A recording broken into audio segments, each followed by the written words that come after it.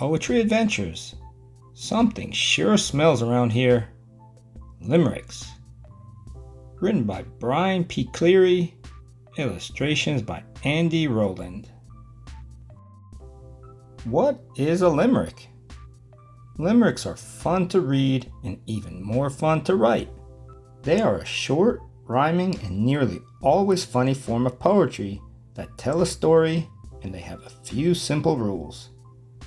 Limericks are 5 lines long. There's a rhyme, almost a musical beat to these poems. The first, second, and fifth lines rhyme with one another. The length of lines 1, 2, and 5 may vary, but they each are generally between 8 and 10 syllables or beats. The first 2 lines often introduce the subject of the poem. On airplanes, my friend Janie Robin would sweat and her head would start throbbing. The third and fourth rhyme with each other, but not with lines 1, 2, and 5. They are also shorter in length, usually 5 to 6 syllables. Each time she would go up, she'd say as she'd throw up. The last line wraps up the poem. Remember, you're telling a story, so even though this is short, your verse still has a beginning, a middle, and an end. Some people even come up with the last line first and then try to write the rest of the poem around it. It's a good thing that I'm not a Robin.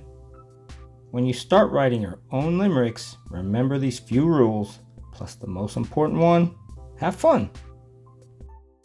There once was a student named Sonny who bought books of jokes with his money. He ate one at lunchtime, then gave as his punchline. That tasted a little bit funny.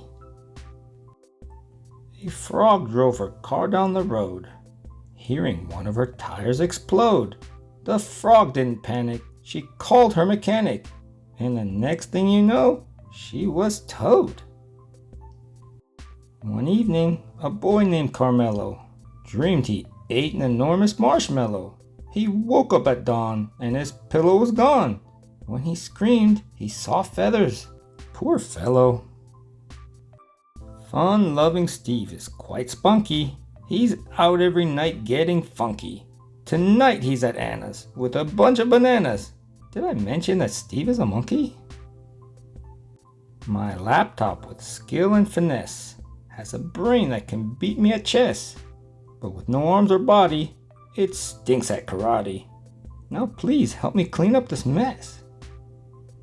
A teacher of English, Mrs. White, whose students got everything right, would put on her shades as she wrote down her grades because all of her kids were so bright. Early one Mother's Day, Jake decided that he'd like to bake a pie for his mother, but soon he'd discover it surely was no piece of cake. An eye whispered once to an ear, with a hint of disdain and a sneer. As its eyebrow arose, it glanced down at the nose and said, "Something sure smells around here." Said clockmaker Hans Gurdenhop, as he suddenly came to a stop. "You can't understand a clock with one hand. I must go to a second-hand shop." "Ahoy," said a pirate named Marty, who was fun-loving, healthy, and hardy. "I believe it's my duty to go shake my booty, 'cause nothing's more fun than a party." Said little first grader Pam Plunkett, "The past tense of shrink it is shrunk it." Told, "Yes, that is true. Just who taught that to you?" She said, "Not really sure. I just thunk it." On the acres of old Farmer Ackers, you'll find there's no hay, no wheat stackers, no pig pens, no plows, only ducklings and cows. He calls his place just milk and quackers. Our little Welsh corgi named Bramley does not like our mailman Stanley.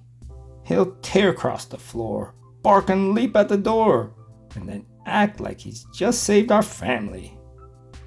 I met a young spider named Deb, who's been quite a singing celeb.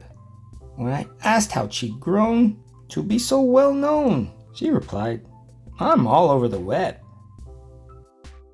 A French chef we all call Miss Margot cooks lunch at our school here in Fargo, but we wouldn't eat any yucky frog meat, so she makes something she calls escargot.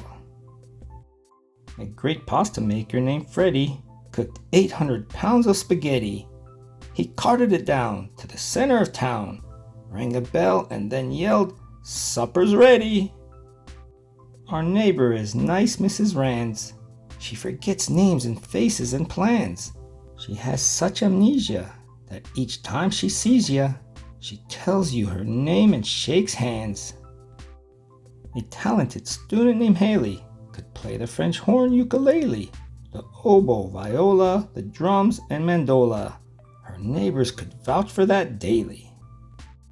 Mom said our dog's part retriever, part collie, part badger and beaver, and part German shepherd, part penguin, part leopard. I'm not sure if I should believe her. A man on a bus in Manhattan was fluent in German and Latin.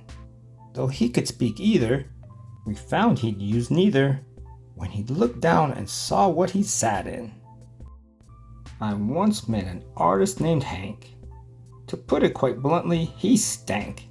Couldn't paint, couldn't sketch, and it wasn't a stretch to say he could not draw a blank. Our new teacher's name is Miss Lester. Before her, we had Mrs. Chester, Mrs. Brown, Mr. Lee, Mrs. O'Rafferty. Can we scare off one more this semester? Biking, Mackenzie once rode down a street, heard a pop, and she slowed. In discovering that her front tire was flat, she said, "Must be that fork in the road." A short, gutsy kid from Milwaukee tried football and rugby and hockey. He was cut from those teams, but adjusted his dreams, and today is a prosperous jockey.